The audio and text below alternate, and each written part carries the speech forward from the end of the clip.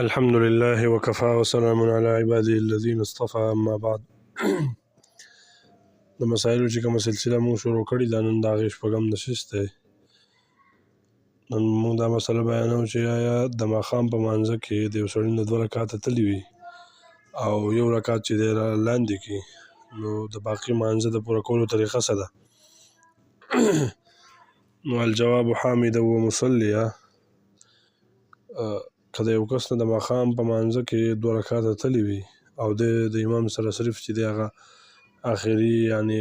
تش رکعت را لاندې کړي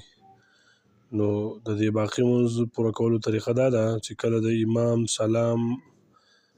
ګرځولو نه پس دا مسبوق پاسي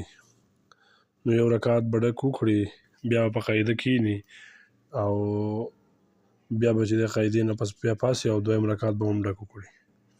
خو که د دې 2 رکعتونو په منځ کې قاعده ونه کړه نو اگر چې قاعده اوله چې ده هغه واجب ده، یعنی قاعده اوله چې کومه هغه کول واجب دي